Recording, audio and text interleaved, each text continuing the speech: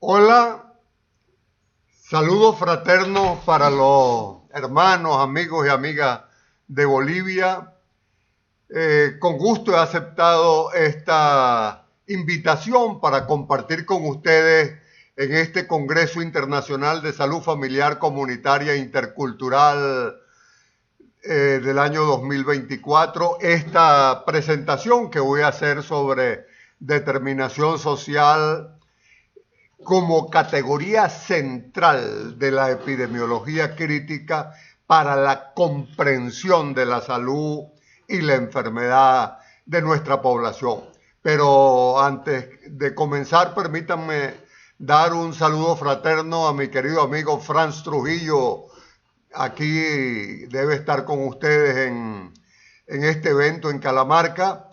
Y además expresarles mi preocupación por la situación de Bolivia. Sin tomar mayor tiempo, quiero decirles que América Latina confía en que Bolivia pueda resolver sus problemas internos adecuadamente para no permitir que la derecha entre de nuevo. Hay que defender el proceso de la revolución intercultural. Bueno, empiezo entonces. Voy a hablarles en el día de hoy sobre determinación social, pero sobre determinación social como categoría central de la epidemiología crítica, como base de la comprensión del origen y distribución desigual de la salud, enfermedad de la población. Si no entendemos la salud de la población, no vamos a poder actuar sobre ella para transformarla y para comprenderla adecuadamente, para comprender su determinación y distribución desigual, requerimos la epidemiología crítica y requerimos la categoría determinación social. Y voy también en el día de hoy a hablarles de las diferencias entre determinación social y determinantes sociales. No es lo mismo determinación social como categoría explicativa que determinantes sociales como expresiones singulares de esa determinación. Eso lo vamos a ver con detalle más adelante. Bueno, ¿qué estudia la epidemiología crítica? La epidemiología crítica estudia la distribución desigual de la salud en la enfermedad en los colectivos humanos. Estudia los perfiles epidemiológicos de las poblaciones en relación con el sistema social y con los modos colectivos de vida. Y lo hace desde la determinación social. Nosotros, por supuesto, entendemos que la epidemiología es un terreno de disputa, de lucha de ideas y de lucha de clases en relación a cómo se explica la salud y la enfermedad de la población y en relación a cómo se actúa en consecuencia. Y esa disputa obedece a intereses económicos y sociales contradictorios.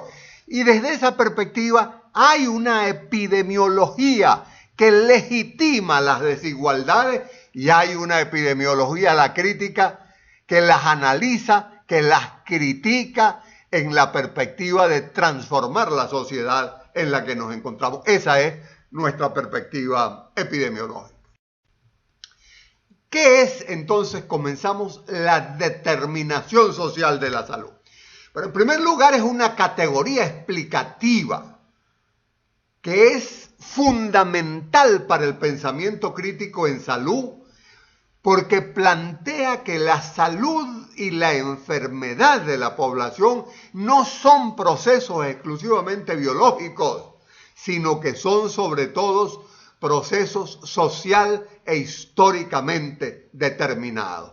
La determinación social de la salud plantea que las causas fundamentales de la mala salud están en la sociedad, que es el modelo de sociedad, el patrón civilizatorio, la forma de acumulación que vivimos la que produce las desigualdades que determinan las diferencias en la salud y la enfermedad de la población, la que determinan los diferentes perfiles que tienen las poblaciones en función de su clase, de su etnia, de su género. Desde esa perspectiva, nosotros entendemos la determinación social de la salud. Pero ¿qué sucede? Que nos quedamos en lo que se ve. Aquí utilizo la imagen del iceberg.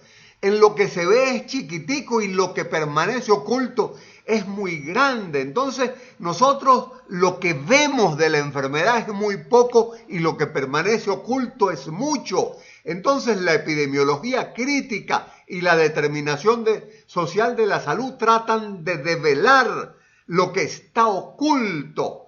La epidemiología tradicional se queda en lo que se ve, en lo biológico, en lo singular, en la enfermedad y sus manifestaciones clínicas. Pero lo más importante, que es su determinación social, permanece oculta. Y eso es lo que nosotros creemos que es fundamental. Comprender que las causas fundamentales de la mala salud de la población están en un sistema social que concede prioridad a la acumulación de capital y a los intereses económicos. Ya lo decía Carlos Chagas, este es un científico brasileño que a principios del siglo pasado, en 1909, cuando describía la trypanosomiasis americana, que hoy se llama enfermedad de Chagas en su honor, bueno, él plantea que la enfermedad es causada por las malas políticas sanitarias y las míseras condiciones de vida. Vean lo que dice Chagas. Chagas dice, hay un designio nefasto en la trypanosomiasis. Cada estudio, cada investigación apunta hacia una población malnutrida que vive en malas condiciones, hacia un problema económico y social que es testimonio de incapacidad gubernamental. No es un problema de bichitos en la naturaleza, es un problema de viviendas de mala factura, con habitantes ignorados, malnutridos, pobres y envilecidos, sin esperanza ni horizonte social. Entonces nos dice Chagas, el que hable de esta enfermedad va a tener a los gobiernos en contra, porque son los gobiernos los responsables de ella. Esto es una clara expresión, hace muchos años, a principios del siglo pasado, de una concepción que avisora la determinación social. Aquí tenemos a dos figuras de la salud colectiva y la medicina social latinoamericana. Salvador Allende, que fue presidente, pero antes de ser presidente muchos años antes, en 1939 había sido ministro de salud y había escrito este libro, La realidad médico-social chilena, donde plantea que la salud y la enfermedad son hechos socialmente determinados. Aquí tenemos a este argentino, Ramón Carrillo, que fue el primer ministro de salud de Perón en los años 40. Él nos dice que frente a las enfermedades que genera la miseria, la tristeza, la angustia y el infortunio de los pueblos, los microbios como causas de enfermedad son unas pobres causas que hay que entender lo fundamental en lo social. Y aquí tenemos esta sueca mexicana más actual, Cristina Laurel, que nos dice que las causas de la enfermedad tenemos que buscarlas no solo en los procesos biológicos, sino en los procesos sociales, en la forma como se produce y se reproduce la sociedad. Esa es nuestra perspectiva. Bueno, entonces es indispensable para incorporar la determinación social, diferenciarlo de los determinantes sociales. Fíjense, esto que está en esta lámina es el paradigma explicativo de la epidemiología clásica. Y ese paradigma explicativo es la causalidad lineal.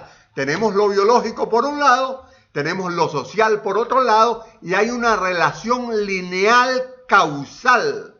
La referencia fundamental de esa concepción clásica, tradicional, reduccionista de la epidemiología son los procesos individuales que desde afuera tienen factores o variables sociales o factores de riesgo. No es así. La epidemiología crítica propone una ruptura epistémica con esa forma lineal de entender la salud y la enfermedad. Aquí hay varios textos que yo recomiendo que deben ser revisados para entender bien esto. Pero la epidemiología crítica propone fundamentalmente dos cosas. Las vamos a ver. Propone redefinir y transformar los ejes de análisis de la epidemiología y propone incorporar nuevas categorías de análisis, una de ellas la determinación social de la salud.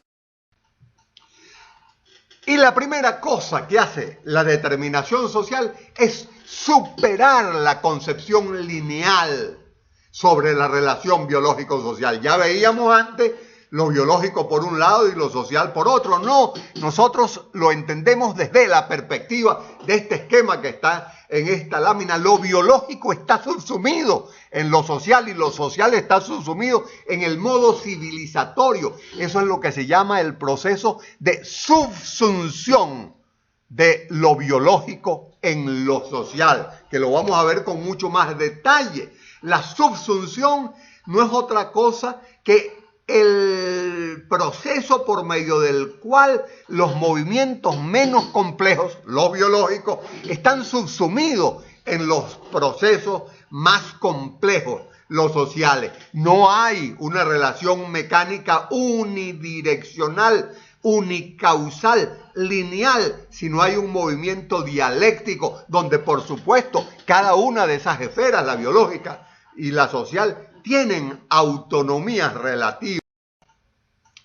Entonces, la epidemiología tiene diversos modelos explicativos.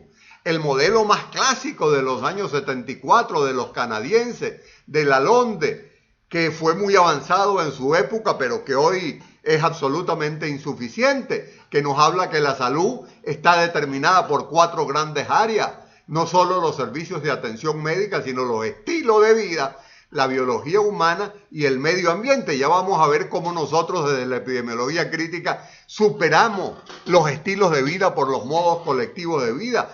Superamos el medio ambiente como algo externo con la perspectiva del modelo civilizatorio y del patrón de acumulación de capital y entendemos a lo biológico subsumido en lo social. Un segundo modelo, el de la epidemiología social europea, más avanzado que el canadiense de Whitehead y Dahlgren, que lo estudian en las escuelas de salud pública, en donde también aparecen los estilos de vida, pero aparecen las redes sociales y comunitarias y aparecen un conjunto de condicionantes socioeconómicos, culturales o ambientales.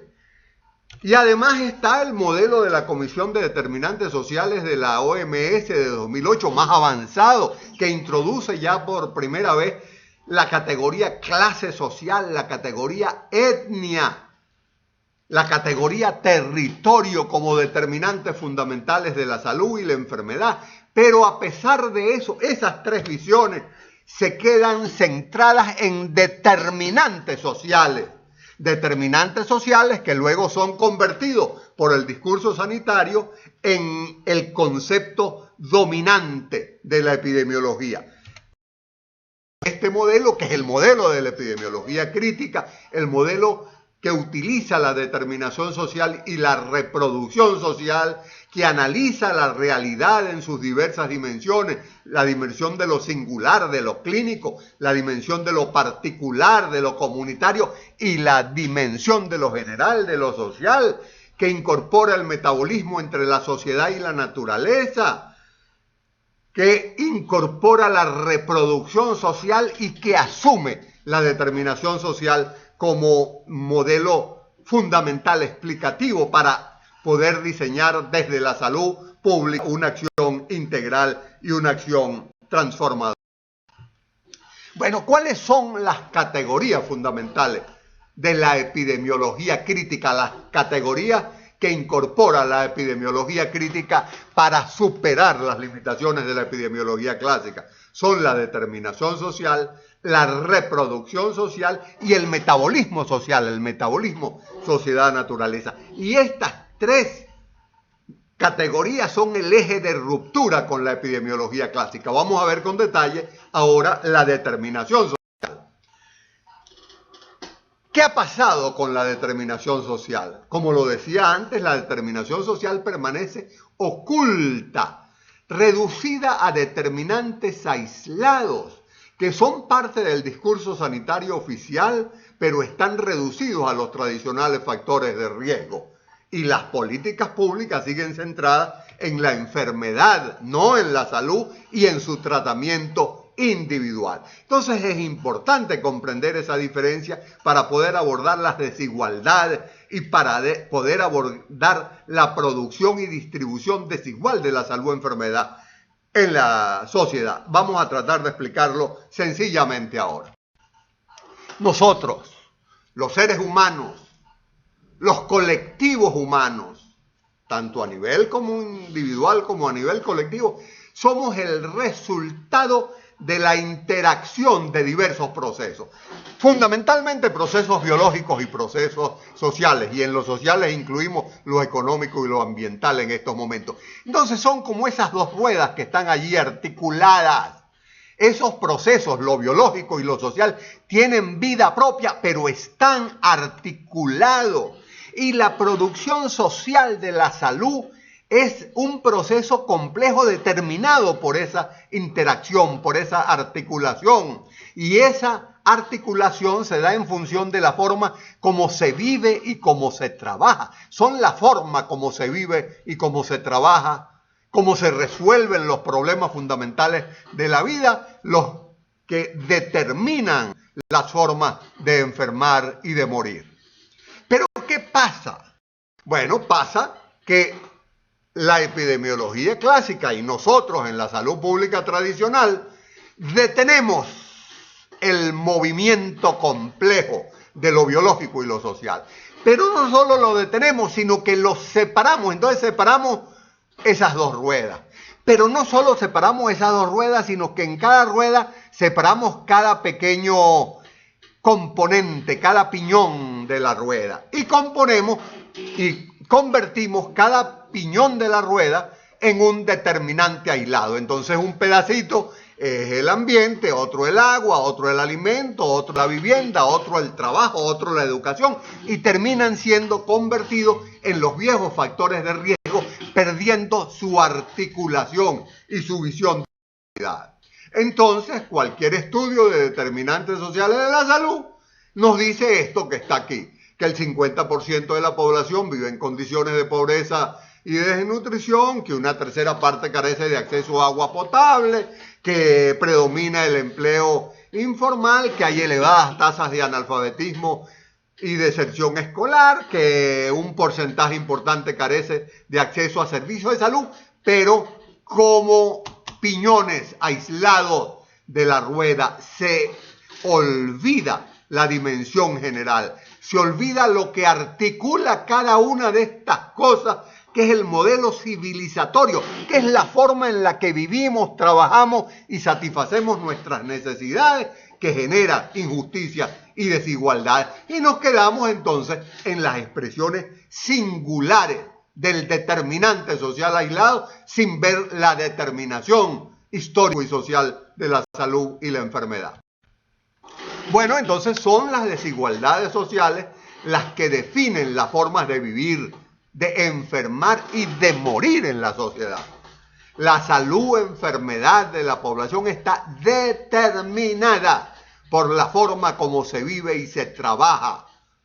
Y la forma como se vive y se trabaja está determinada por la forma como se distribuye la riqueza social, como esa riqueza social permite o no permite satisfacer las necesidades vitales de la vida y la forma como se accede a los servicios. Y los ejes de producción de esas desigualdades son 4. La clase social, categoría fundamental de la determinación social. El sexo, género. La etnia, la etnicidad y el territorio social en el que se vive. Y entonces la articulación de clase, sexo, género, etnia y territorio nos lleva al patrón de acumulación de capital que es el que predomina en una sociedad, en nuestra sociedad capitalista. Es un patrón de acumulación perverso que concentra el poder y los recursos en pocas manos, en los supermillonarios, y hace que el grueso de la población viva y trabaje en condiciones absolutamente insalubres e inadecuadas. Bueno, entonces el concepto fundamental de la determinación es la subsunción y la presencia de autonomía relativas. Esto lo extraigo del libro de Braille, Epidemiología Crítica y Salud de los Pueblos. Braille nos dice que hay conexiones y articulaciones entre los diversos procesos, entre los biológicos, los ambientales, los económicos, los sociales, pero que es el sistema más complejo, el social y el del metabolismo social, el que impone sus condiciones al movimiento menos complejo. Entonces es evidente, hay movimientos biopsíquicos individuales menos complejos que se desarrollan con sus propias reglas, las reglas biológicas, las psicológicas, las fisiológicas, las genéticas, que se corresponden a los estilos individuales de vida y que están condicionados por los modos de vivir colectivos, que a su vez están condicionados por los procesos generales de la sociedad. Esto es fundamental entenderlo para comprender la salud y la enfermedad de la población. Entonces, dialécticamente, nosotros reconocemos la historicidad de lo biológico, de los estilos de vida, pero reconocemos los modos de vivir, reconocemos las interrelaciones que tienen las comunidades con procesos saludables o con procesos malsanos que afectan la salud de la población. Nosotros tenemos que ir al territorio social, a la comunidad, a ver cuáles son los modos de vida colectivos y los procesos que afectan o deterioran la salud de la población. Esto es clave para superar el pensamiento biomédico, para superar el carácter reduccionista y fragmentado de la ciencia dominante y para incorporar en el análisis de las desigualdades en salud la perspectiva de la determinación social como categoría explicativa que permite abordar el tema de la producción y distribución desigual de la salud y la enfermedad en la sociedad. Bueno, vamos terminando señalando las implicaciones prácticas de la propuesta de determinación social en la investigación y en la acción sanitaria. Lo primero es que incorporar la determinación social implica pasar de un modelo que es el que predomina hoy centrado en la enfermedad por un modelo centrado en la vida y la salud. Tenemos que pasar de una salud pública preocupada fundamentalmente por enfermedades biológicas e individuales a una salud colectiva para la vida. Y tenemos que hacer que el centro de la acción sanitaria sea el territorio social, que es donde se desarrolla la vida y se construye socialmente la salud. Pero la relación entre los equipos de trabajo, los territorios sociales y las comunidades, entre los trabajadores de la salud y las comunidades, no puede ser esporádica, no puede ser por jornadas y operativo, tiene que ser permanente, tiene que haber un equipo de salud permanente en el territorio social, que es donde se construye la vida y la salud de la población. Bueno, otra implicación importante es que si queremos hacer promoción de la salud, si queremos que la promoción de la salud sea el eje de las políticas de salud, tenemos que estar en el territorio y tenemos que actuar no solo sobre los estilos individuales de vida, sino sobre los modos colectivos de vida. El cómo se educa una población, el qué se come, el cómo se trabaja, no son problemas individuales de cada una de las personas. Tiene que ver más bien con los modos colectivos de la vida. No podemos seguir anclados en una promoción que actúa fundamentalmente sobre lo individual y además lo hace en programas verticales y centralizados. Tenemos que superar la visión reduccionista de factores de riesgo e incorporar los conceptos de procesos protectores o nocivos a la salud en las comunidades. Bueno, si vamos a investigar, es fundamental incorporar los ejes de producción de desigualdades los que habíamos dicho antes, la clase social, la etnia, la etnicidad, la raza, el género, el sexo, el territorio como nuevas categorías fundamentales para la descripción y análisis de la salud o enfermedad de la población. Y tenemos que reflexionar sobre la forma en que estamos pensando y actuando actualmente. Estamos haciendo una salud pública muy vertical, muy de jornadas y de operativo, muy centrada en la enfermedad individual. Necesitamos un nuevo marco categorial que incorpore la determinación social, que incorpore la interseccionalidad, que es la acción entrecruzada entre esos factores que producen las desigualdades en salud, insisto, la clase social, la etnia, el género y el territorio, y actuando sobre esas categorías, generar políticas de salud y una acción sanitaria que sea realmente transformadora. Bueno, estas son las ideas centrales que yo he querido transmitir en el día de hoy. Plantear que el reto fundamental de la epidemiología crítica y la determinación social es explicar la ocurrencia y la distribución desigual de la salud en función a la sociedad, a la estructura social, al sistema mundo, a la economía predominante, a los modos de producción, a los modos de vida, a los patrones de consumo que configuran el modelo civilizatorio, y reforzarles que solo construyendo un nuevo marco categorial será posible comprender y transformar la salud. Y los elementos centrales de esa nueva forma de comprender y de actuar en salud es la determinación social. Por eso estas ideas son unas ideas complejas, son unas ideas para cuestionar y reflexionar sobre lo que venimos haciendo.